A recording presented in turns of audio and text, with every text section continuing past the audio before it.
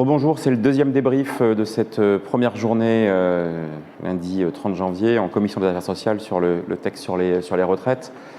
Il nous reste 5400 amendements, on en a examiné un peu plus de 80 cet après-midi avec deux principaux débats qui ont été abordés. D'abord la question des régimes spéciaux, puisque cette réforme, cette régression sociale prévoit l'extinction de 9 régimes spéciaux, et singulièrement en fait parce que ce sont les deux qui les motivent, celui de la RATP et celui des électriciens et gaziers.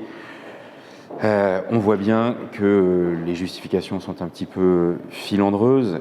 Moi, j'ai tout à l'heure attiré l'attention notamment sur les difficultés qu'on a en Île-de-France. On les connaît bien avec des problèmes de recrutement et on voit bien qu'ils font tout ça dans le cadre de l'ouverture à la concurrence pour la RATP et qu'on va donc gréver l'attractivité de ces métiers alors que la réforme voulue par Valérie Pécresse n'est pas au rendez-vous et qu'on a des difficultés sur nos RER, nos bus en Île-de-France. Et puis là, depuis 2 heures environ, on vient d'aborder, et on va continuer ce soir à partir de 21h, la question de l'index senior. Alors ça ne vous parle pas forcément, mais c'est une petite mesurette qui est un peu agitée pour traiter la question de l'emploi des seniors, qui pourtant, elle, est centrale dans la question de l'équilibre du régime des retraites.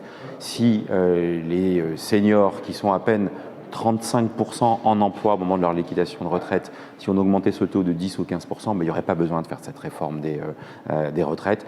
Et au lieu de s'attaquer aux racines du mal, à la manière dont on oblige, dont on contraint les entreprises, ou dont on les incite aussi à conserver des salariés âgés et expérimentés, on a un bête index senior qui est juste un indicateur, mais qui ne sert pas à grand-chose. Donc on essaye de l'enrichir, mais ils sont assez droits dans leurs bottes, un peu à l'image de la Première ministre qui a dit que dans cette réforme, il n'y avait pas grand-chose de négociable. Voilà. Donc là, c'est la pause. On va manger un sandwich à la buvette et puis on reprend à 21h.